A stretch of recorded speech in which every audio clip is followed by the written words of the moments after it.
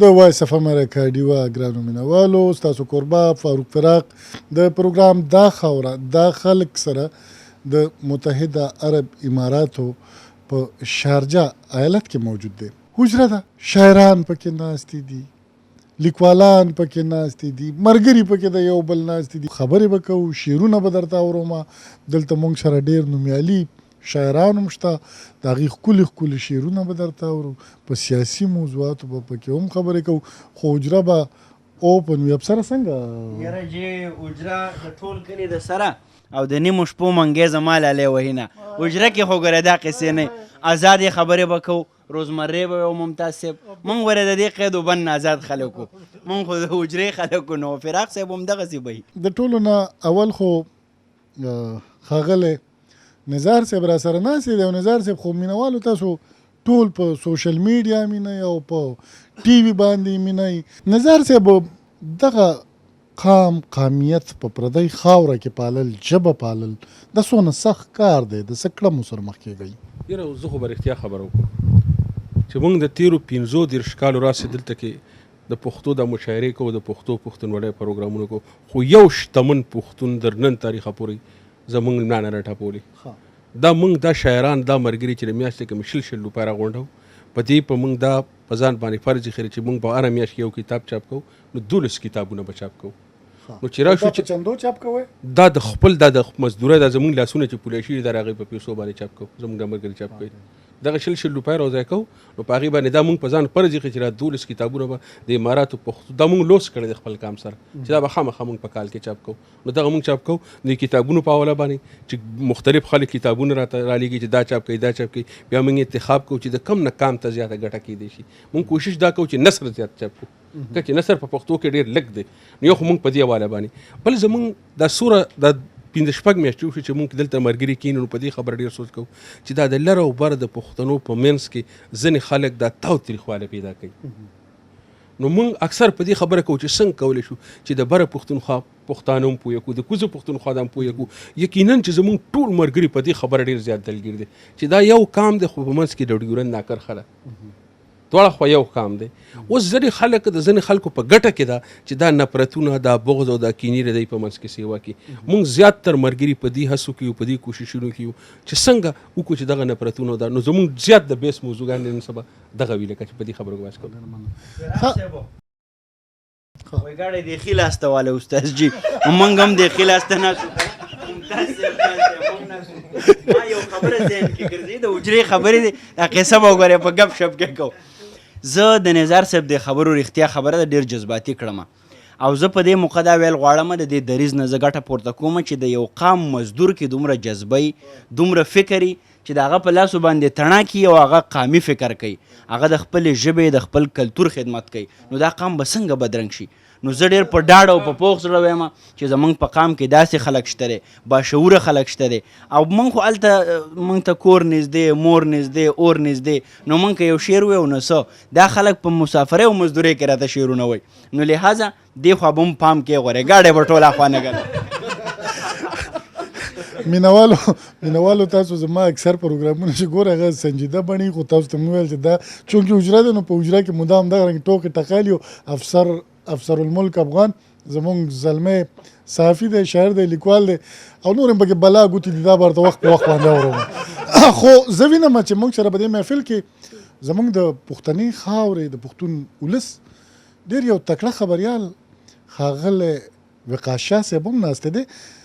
دې سره به لږې خبرې کوو او د دې نه به زما پوښتنه دا وي چې وقاص شاه څه وجه ده په پښتون وطن کې د وسایلو کمی نشته دی؟ د نورو وطنونو سرمایه کار راځي زمونږ د وطن نه ګټې اوچتوي، خو زمونږ د وطن کوم افرادي قوت چې دی دا مدام د نورو قومونو په ګټو راځي، نورو وطنونو ته زمونږ د مسافرو د لړۍ نه ختمیږي. د دې تر شا څه علتونه دي؟ که دا لږ زمونږ کتونکو اورېدونکو ته ووایه. بلکل تاسو څنګه وویل د پښتنو په دې متحده عرب اماراتو کې تقریبا چې کوم 14 پاکستانیان دي، په دې کې 80% پښتانه دي. نو د پښتنو چې کوم پاپولیشن دی یا آبادي ده، نو که د هغې مونږ نسبت وایو چې نو هغه ډېره زیاته لږه ده. بیا په مسافرۍ کې پښتانه زیات دي، په سعودي عرب کې هم چې څومره پښتانه دي پاکستانیان دي پای کې پښتانه زیات دي.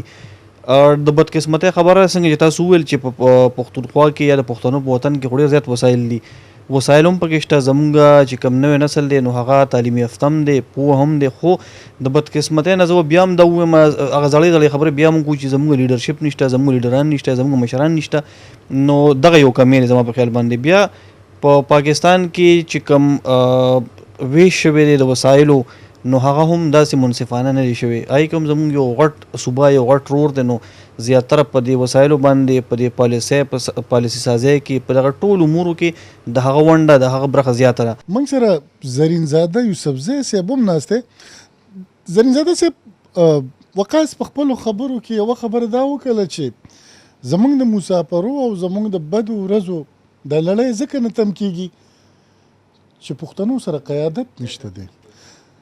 آیا دا دونه وختونه چې د خلک لګیا دي مبارزې کېږي د پښتنو د قیادت دعوې کېږي، قیادت خپلې ذمهوارۍ ښې نه دي ترسره کړي که نه ولس یې ښې نه ترسره کوي؟ تاسو یې څه ګڼئ؟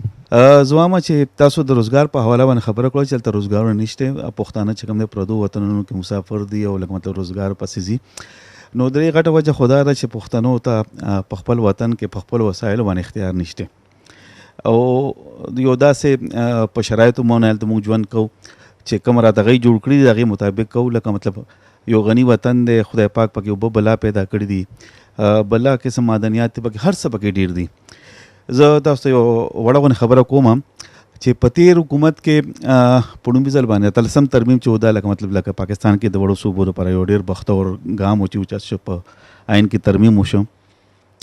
په هغې کې مونږ یو دا ګټه کړې وه چې مونږ به خپل د هایډل جنریشن چې کوم دی نو که د اختیار مونږ د مرکز نه واخیسته نو زموږ په صوبه کې دا تقریبا 80,000 میګاواټ جنریشن مونږ په خپل صوبه کې کولی شو. نو که دا اختیار مونږ سره پخوا وی او دا 80,000 میګاواټ بجلی مونږ پیدا کولې او دا مو په خپل وطن کې په خپل خلکو باندې خرڅولې، نو زما خپل خیال دا دی چې یو پښتون به بهر مزدوري پسې نه ته صرف دا واوډه به دوره وه چې دی به ټول پښتانه ځای کړی وی. داسې که مونږ د هر دغه واخلو زموږ د یو پښتون مشر خبره چې یو انګریز ته انټرویو اخیسته نو هغه سره وخت نو هغه چونکې روانو په دغه کې نو هلته نه دا ګټې د سوات نه تلې په لوټ کېدې نه ورته وایي چې دا چېرته ځي چې کراچۍ ته ځي.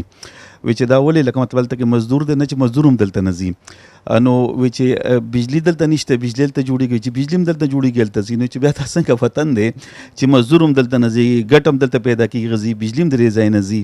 نو چونکې په دې شرایطو کې مونږ ژوند کوو نو که مطلب که څوک دا توقع ساتي چې مونږ په دې وطن کې مطلب دې پښتنو ته پښتون کې عادت ته اختیار کله ورکړی دی. پښتانه په کمیت کې خوش ته، په دې پاکستان کې په کیفیت کې نشته.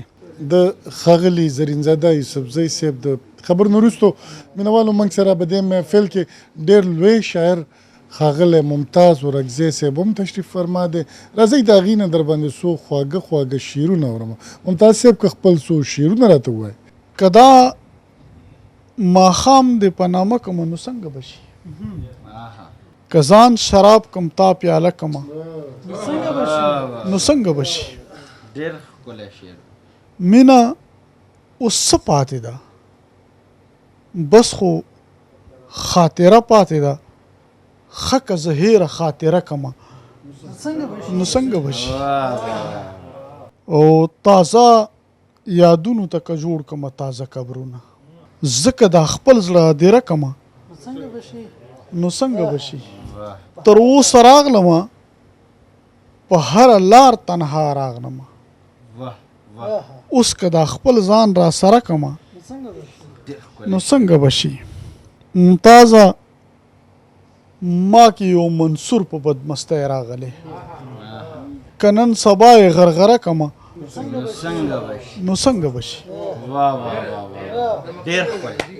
مننه کوم صاحب، ډېره زیاته مننه، ډېره زیاته مننه. یو شی زما ذهن ته دلته هم راغی او کوم چې زه پښتونخوا کې تر څومره ګرځېدلی یم او لیدلي مې دي، زمونږ حجرې همیشه مشترکې دي، یعنی شریکې دي. د پښتنو یوازینی شی چې دی هغه حجره ده چې هغه مالک نه لري.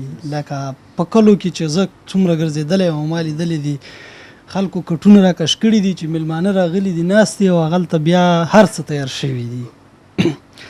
له نیکه مرغه مونږ دلته په دې شارجه کې هم همداسې یو احساس ولرم. مونږ داسې فکر ونه کړو چې مونږ یوازې د قاضي صاحب په اجره کې ناست یو، د هغې په ځای کې ناست یو. لکه هغه زاړه تصورات یې مونږ ته راتازه کړل. دلته ټول ملګري لګیا وو، هغه د میلمنو خدمت او ښه روغبړ او راشه درشه او هرکلی ورته وایه.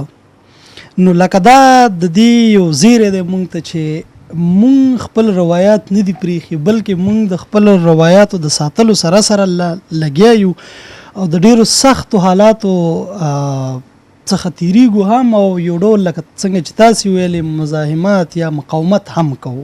یاره تر هغې کلي ته مه راځه. مینوالو راځئ د حسرت صاحب د خپلې خولې نه اورو. سوچ خلاص د سرو ګلونو کرنوي، خور چې په سرلی په سما او غرنوي، یاره تر هغې کلي ته مرازه مرازه، یاره تر هغې کلي ته مرازه. دلته چمپه چمباندې ویرونه دي، ته به په راتلو باندې ستومانه شي. دلته ځان ځاني دا نفرتونه دي، هسې نه په مینه بدګمانه شي. نور چې راختلی د خیبر نوي، سوچې ملکن باندې سحر نوي، یاره تر هغې کلي ته مرازه مرازه، یاره تر هغې کلي ته مرازه. ښاغلی احسان مومن صاحب راسره ناستی دی، دوی نه به لږ واورو. احسان صاحب دغه شعرونه مو واورېدل په دې محفل کې، باسونه مو واورېده، او من چې زمونږ حجرې وي همدغه رنګ خبرې پکې کېږي.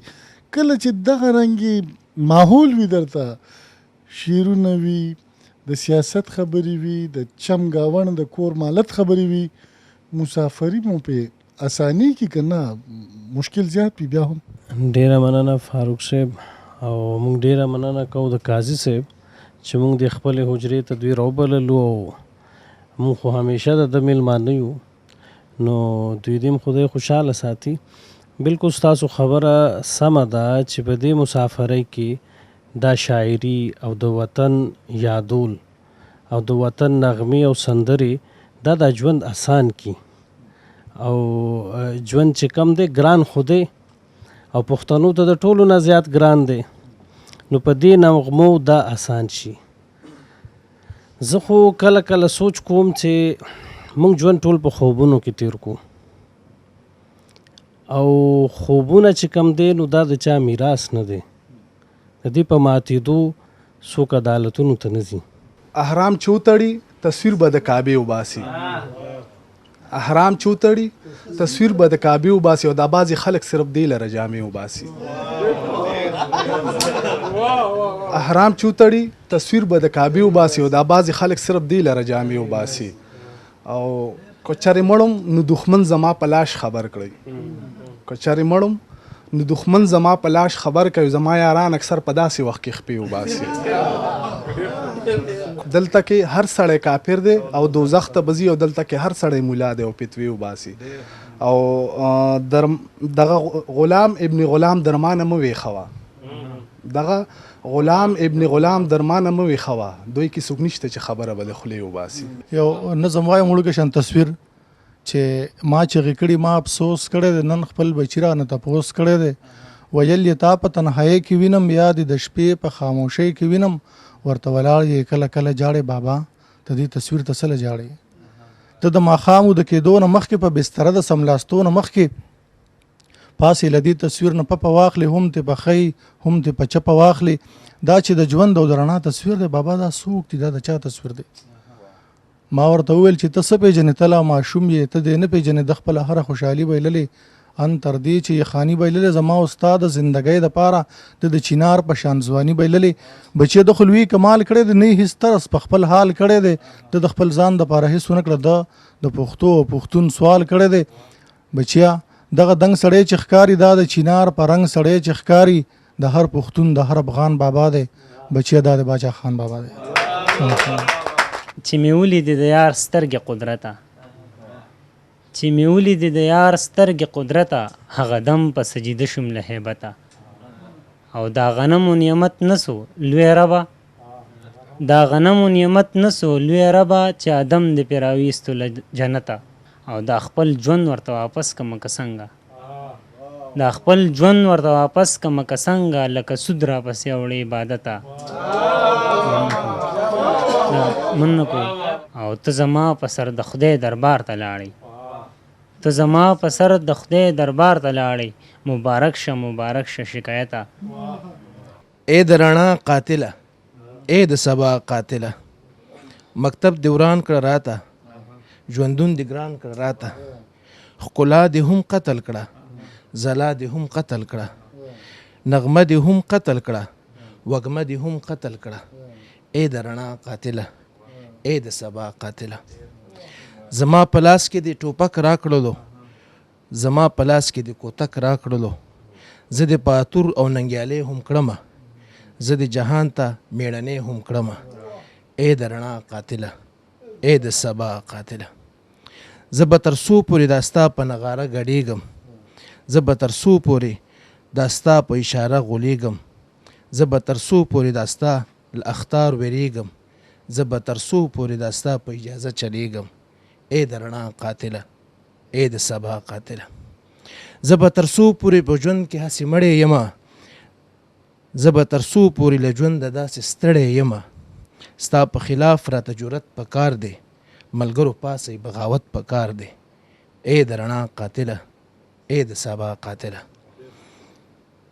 نور ما د پاره له زمانه سره یون پکار دی د پرمختګ د ښایستونو سباون پکار دی قاضي به وکړي یو ټپه انقلابي قاتله قاضي به راوړي دغه ښار ته زندګي قاتله اے د رڼا قاتله اے د سبا قاتله او مینوالو ومښودو درته په شارجه کې د دغه مسافرو ژوند د دې حجرې د دوی خیالات تاسو که د دوی شعرونه واورېده که د دوی سیاسي فکر مو واورېده که د دوی د کلیوالۍ فکر مو واورېده په دغه ټولو باندې یو شی غالب و هغه دی د خپلې خاورې د خپل ولس سره مینه دي که چېرته په خپلو شعرونو کې د خپلې خاورې دننه د مساواتو او د وسیلو د منصفانه ویش یو خواهش څرګندوي نو هلته د دوی د باسونو محور هم دا دی چې پښتانه